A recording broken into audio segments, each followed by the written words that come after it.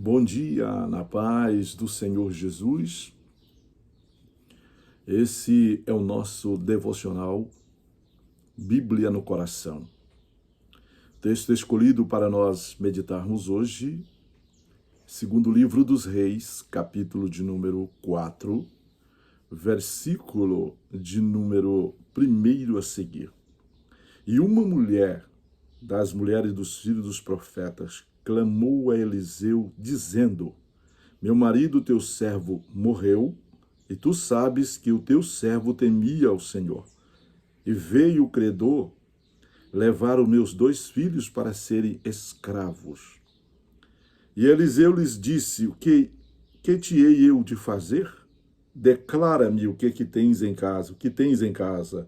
E ela disse: tua serva não tem nada em casa, senão uma botija de azeite. Essa é uma história que aconteceu no tempo do profeta Eliseu. E essa história, ela é uma história muito importante, está escrita na palavra de Deus e é para a nossa edificação. Então eu quero chamar a sua preciosa atenção nessa manhã para as mãos de Deus estendidas sobre a família, mesmo quando esta família entra em crise. Nós estamos vendo aqui uma família e essa família vai tudo bem, de repente acontece algo no seio desta família e esta família entra em crise. E Deus é soberano para guardar a família nos tempos de bonança e também nos tempos de escassez. E aqui, na época do profeta Eliseu, esse era um homem de Deus, né? Tem um título chamado Homem de Deus, e de fato e de verdade revela a grandeza de Deus na vida desse homem. Esse homem foi chamado por Deus, instruído por Elias e capacitado pelo Espírito Santo para esses momentos, para esta obra tão importante, a obra de Deus.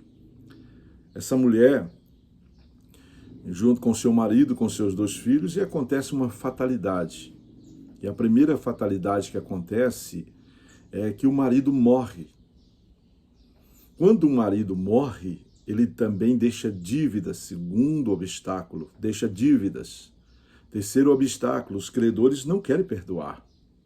Eles querem os 2 filhos para serem escravos, para pagar a dívida que essa família deve. Era a época de escassez, era uma época tenebrosa, época de escassez em muitas áreas. Era uma época em que o mal estava predominando Israel. E a grandeza de Deus, o culto a Deus estava sendo esquecido. O profeta estava ficando de lado, homens de Deus de lado. E estava caminhando, voando, como diz o linguajar, de vento em polpa, a imoralidade na época, a depravação. E o culto a Deus estranho, idolatria estava em alta. Mas no meio disso tudo, Deus preserva um remanescente. Tem um homem de Deus chamado Eliseu. E Eliseu tem uma palavra de Deus para o povo e ele sempre está em ativa. E aí acontece essa fatalidade na casa desse homem, desta mulher, e junto com seus filhos. E quando ele falece, ele também deixa dívidas. E aí acontece, primeiro fato, o homem morreu, a mulher fica viúva, e naquela época não era fácil para viúvas, não era fácil para ninguém, com especialidade naquela época para as viúvas, porque já de uma certa idade não arranjava serviços, então o ganho já se tornava muito difícil e os meios de sobrevivência eram muito tenebrosos, já exigia outras coisas, outro lado. Então essa mulher observou, primeiro, seu marido morre, entra em crise a família. Segundo, tem dívidas que ela não pode pagar porque não tem recursos, é pobre e não tem recursos. Terceiro, os credores querem seus filhos para que estes trabalhem para pagar as dívidas da família. E agora olha para esta situação e esta mulher percebe que todas as portas no linguajar humano estão fechadas. fecharam-se as portas, fecharam-se as oportunidades, e ela então, nesse presente momento, busca de Deus uma resposta. A saída está em Deus. E o Espírito Santo lhes concede sabedoria no coração, e ela vai em busca do homem de Deus, chamado Eliseu. E quando chega diante de Eliseu, pede uma oportunidade, ela tem a oportunidade, ela vai falar a respeito do marido, E aqui é importante observar que uma boa instrução da palavra de Deus é o alicerce de uma casa e de uma família. E quando ela abre a boca para falar do marido, ela não vai dizer que a dívida foi em coisas supérfluas, ela não vai dizer que a dívida foi contraída por ignorância, por maus hábitos, então, mas ela vai focar o ponto principal, né, para que Eliseu saiba e todos saibam também, para que eu saiba, para que você também possa saber. Então ela foca o primeiro estágio da jornada de relevância. Ela diz, o meu marido temia o Senhor e tu sabes disso. É dizer, dentro da nossa casa nós tivemos a instrução, o cuidado dele para nos levar à presença de Deus e a forma carinhosa como ele sempre nos conduziu na presença de Deus. O fato é tão importante que é por esta causa que eu estou aqui diante de ti para clamar. Então é algo importante que prende a nossa atenção e aquilo que Salomão disse, ensina a criança o caminho que deve andar, para que quando ele crescer e envelhecer, não se desvie, não se esqueça desse caminho. Então observe que o alicerce pronto na família, preparado na família, mesmo que os vendavais sejam contrários e luta grandes para destruir a família, essa família vai ter um respaldo em Deus e vai buscar de Deus a solução. E ela não busca em outros lugares, mas ela busca na presença do profeta Deus. E ela diz, tu sabes que a nossa casa está edificada, a nossa casa não desmoronou. A nossa casa está passando por esses momentos, mas nós estamos de cabeça erguida. Nós estamos buscando em Deus a resposta para as nossas crises, a resposta para as nossas indagações e orações. E aí, quando tudo isso acontece, Eliseu faz uma pergunta para ela. Fala para mim o que é que você tem em casa. E ela sonda, né, a casa e diz, nada, a não ser um pouquinho de azeite e uma botija, nada mais. Então observe que Deus quer usar a sua fé na família para fazer o milagre, porque o milagre está dentro de casa. O milagre está dentro da casa desta mulher. Se ela não busca a Deus, ela morreria, entregaria seus filhos, ela entraria num estado talvez problemático, quem sabe, tiraria até a própria vida ou lutaria por outra coisa. Mas o importante aqui é observar que a primeira atitude no coração é buscar a Deus. E quando nós buscamos a Deus, nós gastamos tempo em buscar a Deus, nós o encontramos. Foi Jeremias que disse isso. 29 de Jeremias, e o verso 13, eu serei achado de vós, quando me buscardes de todo o vosso coração. Então, o segredo é ir a Deus de coração e nunca com um culto artificial. Porque você é o fulano ou Beltrano, não importa. Importa é que você se aquebrante, se humilhe na presença de Deus e você a encontra. E Ele vai te mostrar a saída. Ele tem a saída. Salmo 79, né? Diz que com Ele está as saídas da morte. Com Deus está as saídas da morte. Então, observe isso. É muito importante. E aí ela diz, eu tenho uma botija com um pouco de azeite, nada mais. E aí o nosso querido homem de Deus, o profeta diz da seguinte forma, então volta para casa e busca na vizinhança vasilhas vazias e toma emprestado. E fecha a porta atrás de ti e dos teus filhos. O que vai acontecer é para a sua família, o que vai acontecer é para a sua casa, o que vai acontecer é para você e os seus filhos. O momento de compartilhar com outros é depois, não é agora. Aqui nos leva a Lucas, capítulo de número 15, do verso 8 ao 10, que fala da dracma perdida. Isso nos leva a compreender que alguns princípios e métodos que são envolvidos por Deus na busca da solução, que tem que ser observado. A mulher da dracma buscou-a com diligência e buscou em todas as ferramentas e não as revelou a ninguém enquanto não achou. São princípios. Quando nós olhamos para Neemias, ele diz: eu andei, mas não revelei para ninguém o que Deus colocou no meu coração até o momento. Então é importante esses princípios serem observados. Fecha a porta atrás de ti e dos teus filhos.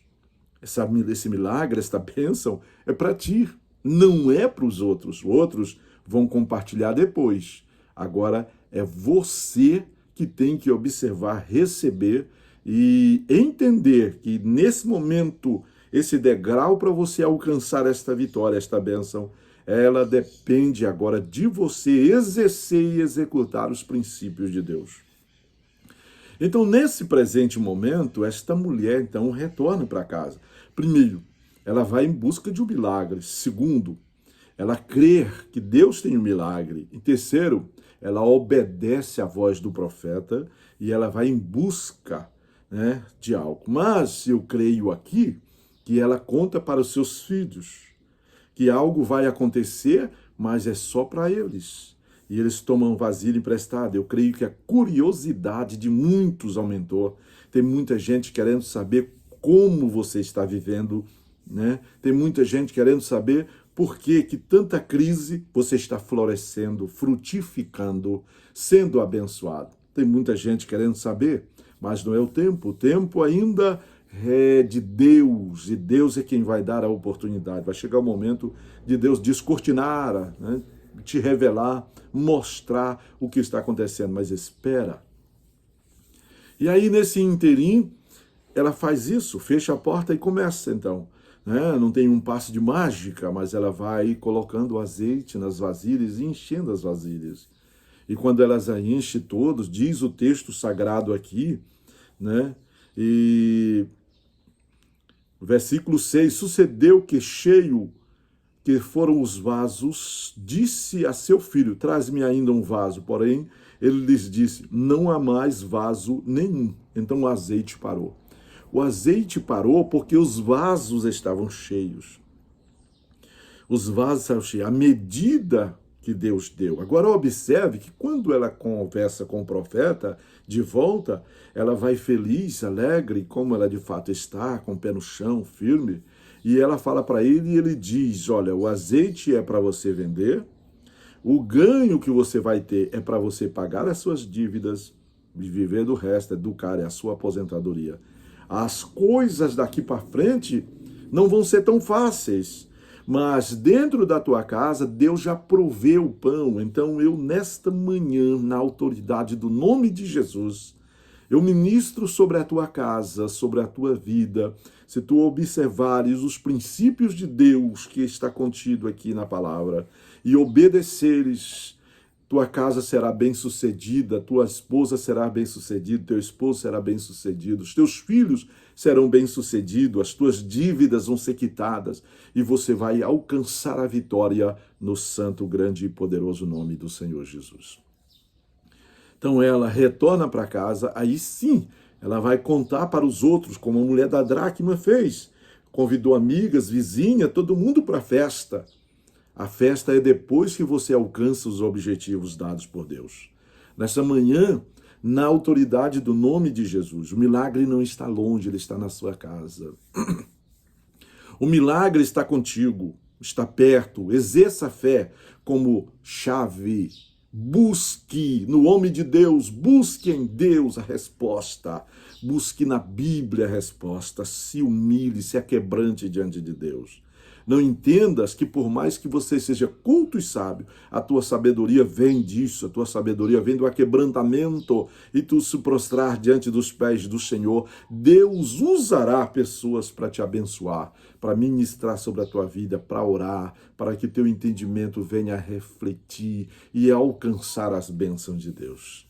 Às vezes, milagre está tão próximo de nós, mas a forma de olharmos em busca dele não nos possibilita as oportunidades de alcançá-lo. Nós não alcançamos porque estamos olhando numa visão. Se você observar todas as vezes que Noemi olhou para a terra de Israel, viu sem pão, viu sem nada, e a única coisa que ela tirou de tudo isso é que eu volto humilhada, eu volto praticamente destruída sem nada. Mas Deus quer que ela olhe, você e eu olhemos para as coisas na perspectiva de Deus e nunca na nossa. A minha visão é fraca, é míope, é fraca, mas a visão de Deus é gloriosa. Abraão olhou para as montanhas e Deus disse, do outro lado das montanhas está Canaã, está a tua vitória. Ló olhou para as campinas e Deus olhou para ele como ele escolheu. Deus está dizendo, eu vou ter que te arrancar daí, porque isso vai te engolir, tem um mal escondido nas sombras e tu não vê. Que Deus, nesta manhã, te abençoe no nome de Jesus e você entenda que por maior que seja a crise, Deus é o teu sustentador, teu aliviador. É Ele quem dá a vida, é Ele que mantém a vida e dá o milagre do sustento da vida. Ele é o mantenedor da vida. Que Deus o abençoe em o nome de Jesus. Meu abraço a todos. Amém.